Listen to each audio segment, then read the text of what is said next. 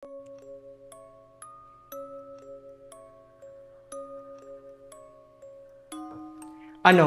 Ready na ba kayo maglaro?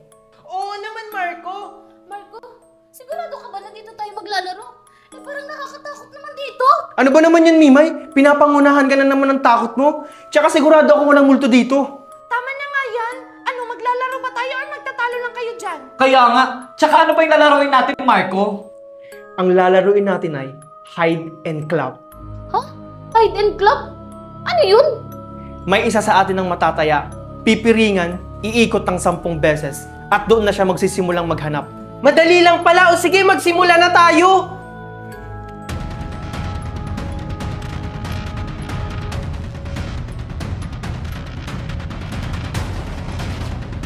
Maiba! Taya! Akong taya? 1, 2, 3, 4, 5! Kailangan natin maghiwa-hiwalay. Dito kayo, Junjun, Valerie. Dito kami ni Mimay. Sige.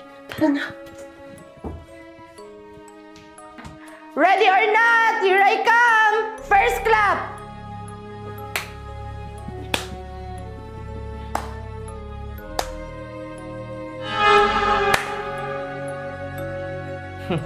Alam ko na.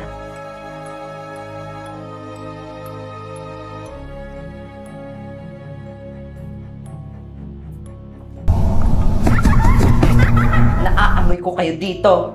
Second clap! I said second clap! Di ba sabi ko Hello? Bakit walang tao? May narinig akong pumalakpak dito kanina. Baka mali lang yung dinig ko. Second clap! Second clap na. Ayun. Second clap na. Alam ko na kung nasaan kayo.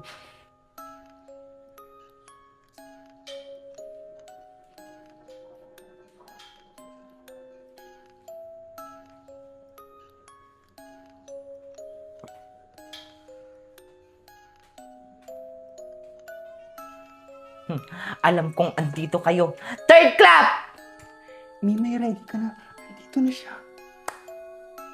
Oo. Wala.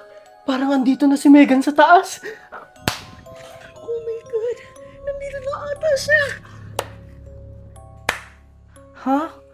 Bakit nasa baba yung palakpak? Mimay, anong nangyari kay Megan? Bakit bumaba siya ulit? Okay lang yan. Hayaan mo siya. Para di tayo makita.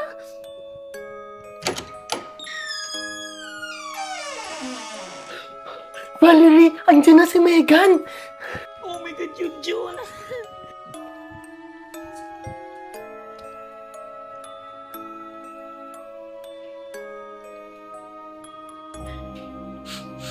Teka, bakit parang may amoy patay na daga? Ah, alam ko na. Fourth clap! Alam ko na. Naririnig ko yung hininga mo. Teka, bakit walang tao dito?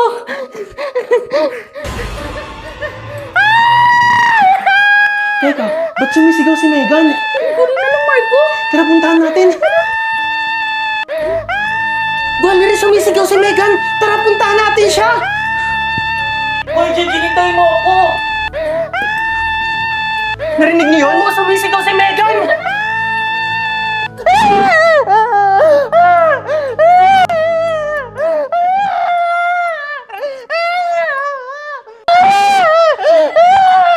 Megan, ano nangyari sa'yo? Bakit ka sumisigaw? Megan, umayos ka nga! Megan, hindi ka ba aayos? Kanina pa kasi may nagpaparamdam dito sa akin sa baba habang hinahanap ko kayo. Marco, sigurado ka ba na walang multo dito? Oo, sigurado ako walang multo dito. Yun yung sabi ng lola ko.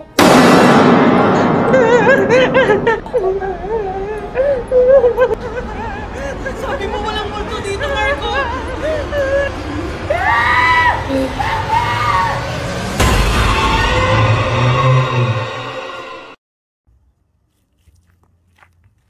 Megan?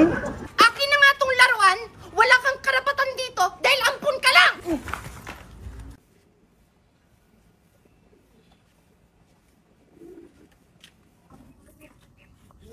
Ba't mo naman ako tinulak, Megan? Araw-araw ganito ang buhay ni Marco. Hindi siya lumalaban, hindi siya nagsasalita. Ngunit sa kanyang puso, sumisigaw ang tanong, bakit ako? Good morning, class! Good morning po, ma'am. Marco! Yes po, ma'am. Gusto mo ba sumali sa writing contest? Sige po, ma'am. Isinulat niya ang lahat ng sakit, ang katahimikan, ang kanyang pag-asa.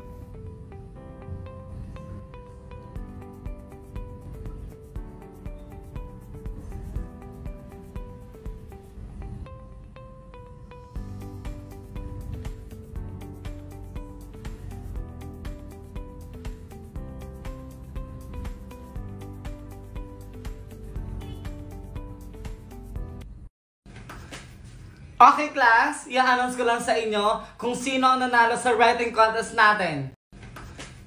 Okay, class. I-announce ko lang sa inyo kung sino ang nanalo sa writing contest natin. Walang iba kundi si Marco! Palakpakan naman dyan!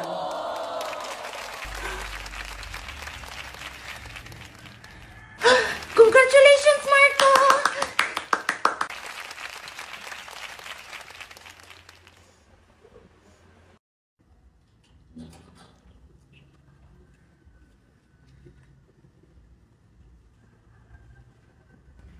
Hindi agad nagbago sina Valerie at Megan, ngunit sa puso nila may naramdaman silang hindi nila maipaliwanag.